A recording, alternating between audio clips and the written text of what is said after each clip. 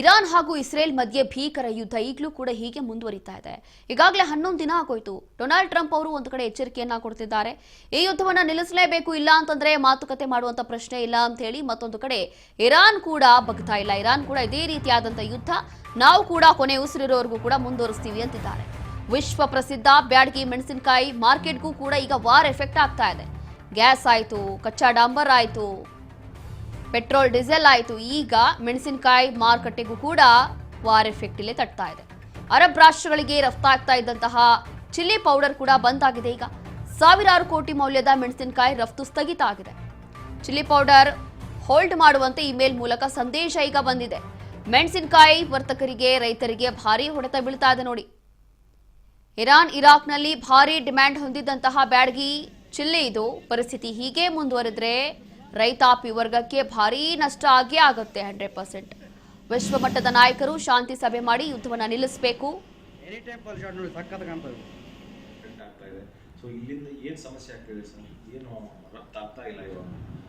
ಏನಾಗಿದೆ, ಈ ವರ್ಷ ಬೆಳೆ ಬಹಳ ಕಡಿಮೆ ಇರೋದ್ರಿಂದ ದರದಲ್ಲಿ ಬಹಳ ಉನ್ನತ ಮಟ್ಟದ ರೇಟ್ ಹೋಗಿತ್ತು.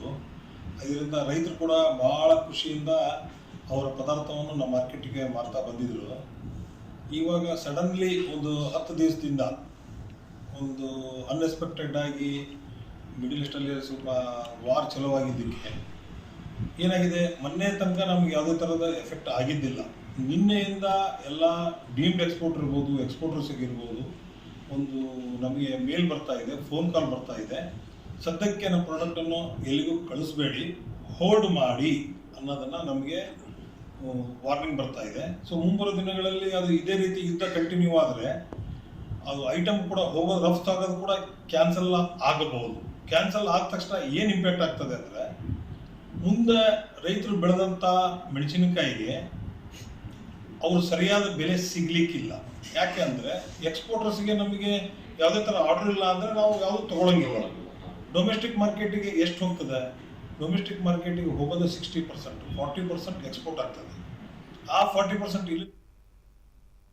ಎಸ್, ಇದೇ ವಿಚಾರವಾಗಿ ನಮ್ಮ ಪ್ರತಿನಿಧಿ ಕಿರಣ್ ಇಲ್ಲಿ ವರ್ತಕರ ಜೊತೆ ಚಿಟ್ಚಾಟ್ ಮಾಡಿದ್ದಾರಂತೆ. ಏನು ಹೇಳಿದ್ದಾರೆ ಬನ್ನಿ ನೋಡೋಣ. ಇರಾನ್ ಮತ್ತು ಇಸ್ರೇಲ್ ಮಧ್ಯೆ ನಡೀತಕ್ಕಂಥ ಯುದ್ಧ ಇದು ನಮ್ಮ ದೇಶದ ಮೇಲೂ ಪರಿಣಾಮ ಬೀರುವಂಥದ್ದು. ಅದರ ಜೊತೆಗೆ ಅದರಲ್ಲೂ ಬ್ಯಾಡಗಿ, ವಿಶ್ವ ಪ್ರಸಿದ್ಧ ಬ್ಯಾಡಗಿ ಮೆಣಸಿನಕಾಯಿ ಮಾರುಕಟ್ಟೆ ಮೇಲೆ ಯಾವ ರೀತಿ ಪರಿಣಾಮ ಬೀರಿದೆ ಅನ್ನೋದನ್ನು ಮಾತಾಡೋದಕ್ಕೆ ವರ್ತಕರ ಸಂಘದ ಅಧ್ಯಕ್ಷರು, ಮಾಜಿ ಶಾಸಕರು ನಮ್ಮ ಜೊತೆ ಇದ್ದಾರೆ. ಅವ್ರನ್ನ ಮಾತಾಡಿಸ್ತಾ ಹೋಗ್ತೀನಿ. ಸರ್ ನಮಸ್ತೆ. ಈಗ ಒಂದು ಹಂತದಲ್ಲಿ ಯುದ್ಧದ ಪರಿಣಾಮ ನೇರವಾಗಿ ಮೆಣಸಿನಕಾಯಿ ಮಾರುಕಟ್ಟೆಗೆ ಯಾವ ರೀತಿ ತಡ್ತಾ ಇದೆ? ಅಂದರೆ ರಫ್ತಾಗೋ ಇದರಲ್ಲಿ ಏನಾದರೂ ಸಮಸ್ಯೆ ಆಗುತ್ತಾ? ಇದರಿಂದ ರೈತರಿಗೆ ಎಷ್ಟು ಹೊಡೆತ ಬೀಳುತ್ತೆ ಸರ್? ನೋಡಿ, ಇವತ್ತು ಮೆಣಸಿನ್ಕಾಯಿ ಆಗಲಿ, ಉಪ್ಪಾಗಲಿ, ಇವೆರಡೂ ಪದಾರ್ಥ ಇಲ್ಲದೆ ಯಾವುದೇ ಅಡುಗೆಗಳು ತಯಾರಾಗೋದಿಲ್ಲ. ಈ ಕಾರಂತೂ ಬೇಕೇ ಬೇಕು. ಆದರೆ ನಮ್ಮ ಕೊಲ್ಲಿ ರಾಷ್ಟ್ರಕ್ಕೆ ನಮ್ಮ ಬ್ಯಾಡಗಿಯಿಂದ ಸಾಕಷ್ಟು ಜನ ಎಕ್ಸ್ಪೋರ್ಟ್ ಮಾಡ್ತಾ ಇದ್ದಾರೆ. ಮತ್ತು ಕೆಲವೊಂದು ಬಾಂಬೆ ವ್ಯಾಪಾರಸ್ಥರು ಕಳಿಸ್ತಾರೆ, ಮಡ್ರಾಸಿಂದ ಕಳಿಸ್ತಾರೆ, ಮತ್ತು ಆಂಧ್ರ ಪ್ರದೇಶ ಗುಂಟೂರಿಂದನೂ ಕೂಡ ಎಕ್ಸ್ಪೋರ್ಟ್ ಆಗ್ತೈತಿ. ಮೇಲಾಗಿ ಹೋಗಲಿಕ್ಕೆ ರೂಟೇ ಇಲ್ಲ. ಹೋಗುವಂಥ ಅಕಸ್ಮಾತ್ ರೂಟ್ ಓಪನ್ ಆದರೂ ಕೂಡ ಈ ಕಂಟೈನರ್ ರೇಟ್ ಡಬಲ್ ಆಗಿರ್ತೈತಿ. ಕಂಟೈನರ್ ರೇಟ್ ಜಾಸ್ತಿ ಆಗಿರೋದ್ರಿಂದ ಕನ್ಸ್ಯೂಮರ್ಗೆ, ಇವತ್ತೇನು ಉಪಯೋಗ ಮಾಡುವಂಥ ಕನ್ಸ್ಯೂಮರ್ ಗ್ರಾಹಕರಿಗೆ ಇದರ ದೊಡ್ಡ ಪ್ರಮಾಣದ ಹೊಡೆತ ಬೀಳ್ತಾ ಇದೆ. ಇವತ್ತು ಪೆಟ್ರೋಲ್ ಡೀಸೆಲ್ ಏನೋ ನಮ್ಮ ಕೇಂದ್ರ ಸರ್ಕಾರದವರು ಒಂದು 2 ತಿಂಗಳ ಆಗೋಕ್ಕಷ್ಟು ಸ್ಟೋಕ್ ಮಾಡಿ ಇವತ್ತು ನಮ್ಗೆ ಯಾವುದೂ ತೊಂದರೆ ಇಲ್ಲದಂಥ ಕೇಂದ್ರ ಸರ್ಕಾರದವರು ಮುನ್ನೆಚ್ಚರಿಕೆ ವಹಿಸಿ ಅದನ್ನು ಕೂಡ ಇವತ್ತು ನಮ್ಮ ಜನರಿಗೆ ತೊಂದರೆ ಆಗಿಲ್ಲ. ಆದರೆ ಇತ್ತೀಚಿನ ದಿನಗಳಲ್ಲಿ ಗ್ಯಾಸ್ ಕೂಡ ಆಗ್ತದೆ. ಇರಾನಕ್ಕೆ ನಮ್ಮ ದೇಶದಿಂದ ಬ್ಯಾಡಗಿ ಅಲ್ಲ, ಅಲ್ಲಿ ಕಾರ್ಪುಡಿನೂ ಹೋಗ್ತದೆ. ಮೇಲಾಗಿ ಬಾಸುಮತಿ ರೈಸ್ ಕೂಡ ದೊಡ್ಡ ಪ್ರಮಾಣದಿಂದ ಇಂಡಿಯಾದಿಂದ ಹೋಗ್ತೈತಿ. ಅಲ್ಲಿ ಕೂಡ ಎಲ್ಲರಿಗೂ ತೊಂದರೆ. ನೋಡಿ, ಇವತ್ತು ಅವರು ದೊಡ್ಡ ಜಗಳ ಇದು ಸಣ್ಣ ಬಡವರಿಗೆ ತಟ್ಟುತ್ತದೆ. ಈಗ ಇಡೀ ರಾಷ್ಟ್ರಕ್ಕಲ್ಲ, ಇಡೀ ಜಗತ್ತಿಗೆ ಇದರ ಪರಿಣಾಮ ಆಗಿದೆ. ಲಕ್ಷಾಂತರ ಜನ ಇಲ್ಲಿಂದ ಹೋದಂಥ ಕೂಲಿ ಕಾರ್ಮಿಕರು ಕೂಡ ಇವತ್ತು ದುಬೈ ಆಗಲಿ, ಇಸ್ರೇಲ್ ಆಗಲಿ, ಇರಾನ್ ಆಗಲಿ, ಅರಬ್ ನೇಷನ್ಸ್ಗಳಲ್ಲಿ ಸಾಕಷ್ಟು ಜನ ಅದಾರ. ಆದ್ದರಿಂದ ಈ ಯುದ್ಧ ನಡೀತಿರೋದು ಜನಸಾಮಾನ್ಯರಿಗೆ ಬಹಳ ತೊಂದರೆ ಆಗುವಂಥ ಒಂದು ವಿಷಯ. ದಯವಿಟ್ಟು ಕೂಲಿಕಾರರಿಗೆ ಇವತ್ತು ಅವ್ರ ಜೀವನ ಪ್ರತಿನಿತ್ಯ ಕೂಲಿ ಮಾಡಿ ಜೀವನ ಮಾಡಬೇಕು. ಅಲ್ಲಿ ನಮ್ಮ ಏಷ್ಯನ್ಸ್ ಇದ್ದಾರೆ, ಪಾಕಿಸ್ತಾನಿ ಇದ್ದಾರೆ, ಇಂಡಿಯಾದರಿದ್ದಾರೆ, ಫಿಲಿಪೀನ್ಸ್ ಇದ್ದಾರೆ. ಎಲ್ಲ ರಾಷ್ಟ್ರದ ಜನತೆ ಇವತ್ತು ದುಬೈದಲ್ಲಾಗಲಿ, ಇರಾನ್ದಲ್ಲಾಗಲಿ ಕೆಲಸ ಮಾಡೋಕ್ಕಿದ್ದಾರೆ. ಇರಾನ ಸಣ್ಣ ರಾಷ್ಟ್ರ ಆದರೂ ಅದು ಜಗತ್ತಿಗೆ ಒಂದು ಆಯಿಲನ್ನು ಪೂರೈಸುವಂಥ ಒಂದು ದೊಡ್ಡ ರಾಷ್ಟ್ರ. ಒಂದು ಸಣ್ಣ ವಿಷಯಕ್ಕಾಗಿ ಇವತ್ತು ಯುದ್ಧ ನಡೀತಿರೋದು ಎಲ್ಲರಿಗೂ ಭಾಳ ಕಷ್ಟಕರವಾದಂಥ ಸಂಗತಿ.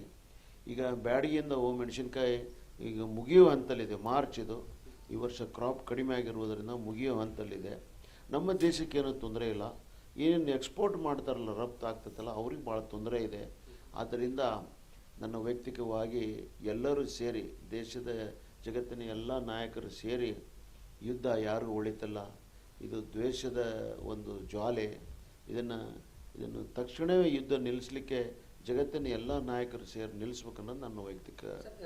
ಈ ವರ್ಷ ರೈತರು ಬೆಳೆದಿರ್ತಕ್ಕಂಥ ಬೆಳೆಗೆ ಒಳ್ಳೆ ಬೆಲೆ ಸಿಕ್ಕಿತ್ತು. ಇದು ಏನಾದರೂ ಪರಿಣಾಮ ಬೀಳುತ್ತಾ ರೈತರ ಮೇಲೆ? ನಾನು ಹೇಳಿದ್ನಲ್ಲ ನಿಮ್ಗೆ, ಇದು ಮುಗಿಯುವ ಹಂತದಲ್ಲಿದೆ. ಇದು ನವಂಬರ್ ಡಿಸೆಂಬರ್ಲಿ ಚಲೋ ಆರಂಭವಾಗಿ ನವಂಬರ್, ಡಿಸೆಂಬರ್, ಜನವರಿ, ಫೆಬ್ರವರಿ, ಮಾರ್ಚ್ 5 ತಿಂಗಳಾಯ್ತು. ಮುಗಿಯೋ ಹಂತದಲ್ಲಿದೆ. ಈಗ ಯಾವುದೇ ರೀತಿಯಿಂದ ರೈತರಿಗೆ ತೊಂದರೆ ಆಗಲಿಕ್ಕೆ ಇಲ್ಲ. ಈಗ ನಿನ್ನೆ ಕೂಡ ಮಾರ್ಕೆಟ್ ಕೂಡ 3-4 ಸಾವಿರ ರೂಪಾಯಿ ಕೂಡ ಜಂಪ್ ಆಗಿದೆ. ರೈತರಿಗೆ ಒಂದು ಒಳ್ಳೆಯ ರೇಟ್ ಇದೆ. ಎಲ್ಲ ರೈತರು ಖುಷಿ ಇದ್ದಾರೆ. ಬಿಸಿಲು ತಾಪಮಾನ ಜಾಸ್ತಿ ಆಗೋದ್ರಿಂದ ಮೆಣಸಿನ್ಕಾಯಿ ಕಲರ್ ಸ್ವಲ್ಪ ಕಡಿಮೆ ಆಗ್ತಾ ಇದೆ. ಆದ್ದರಿಂದ ಯಾವುದೇ ತೊಂದರೆ ಇಲ್ಲ. ಎಕ್ಸ್ಪೋರ್ಟ್ನವ್ರಿಗೆ ಮಾತ್ರ ಖಂಡಿತ ತೊಂದರೆ ಅಂತ ನನ್ನ ಅಭಿಪ್ರಾಯ. ಇದಿಷ್ಟು ಸುರೇಶ್ ಗೌಡ ಪಾಟೀಲ್ ಅವ್ರ ಮಾತು. ಅಂದರೆ ಎಕ್ಸ್ಪೋರ್ಟ್ನಲ್ಲಿ ಒಂದಷ್ಟು ತೊಂದರೆ ಆಗ್ಬೋದು, ಆದರೆ ಬೆಳೆದಿರ್ತಕ್ಕಂಥ ರೈತನಿಗೆ ಯಾವುದೇ ಸಮಸ್ಯೆ ಆಗೋದಿಲ್ಲ. ಆದರೆ ಇದನ್ನು ಎಲ್ಲ ವಿಶ್ವದ ನಾಯಕರು ಒಂದು ತೀರ್ಮಾನಕ್ಕೆ ಬಂದು ಇದನ್ನು ಶಾಂತಿಯುತವಾಗಿ ಬಂದ್ ಮಾಡಿ ಯುದ್ಧ ನಿಲ್ಲುವಂತೆ ಮಾಡಬೇಕು, ಶಾಂತಿ ಸಭೆಯನ್ನು ಮಾಡಿ ಯುದ್ಧ ನಿಲ್ಲುವಂತೆ ಮಾಡಬೇಕು ಅನ್ನೋದು ಅವರ ಮಾತಾಗಿದೆ. ಕ್ಯಾಮ್ರಾ ಪರ್ಸನ್ ಮಲ್ಲೇಶ್ ಕಬ್ಬೂರ್ ಜೊತೆ ಕಿರಣ್ ಬಳ್ಳಾರಿ ಮಠ್, ರಾಜ್ ನ್ಯೂಸ್, ಹಾವೇರಿ. ಸದ್ಯಕ್ಕೆ ಇಲ್ಲಿ ಬ್ಯಾಡಗಿ ಮೆಣಸಿನಕಾಯಿ ರಫ್ತಾಗೋದು ಅಂತಂದ್ರೆ ಇಲ್ಲಿಂದ ಏನು ಎಕ್ಸ್ಪೋರ್ಟ್ ಆಗ್ತಾ ಇತ್ತು ಅಲ್ಲಿಗೆ ಅದೆಲ್ಲವೂ ಕೂಡ ರಫ್ತಾಗ್ತಾ ಇಲ್ಲ. ಹಾಗಾಗಿ ಇಲ್ಲಿ ಬಹುಶಃ ಇದು ಮುಂದಿನ ದಿನಗಳಲ್ಲಿ ಕೂಡ ರೈತರಿಗೆ ಸಮಸ್ಯೆ ಆಗೇ ಆಗುತ್ತೆ.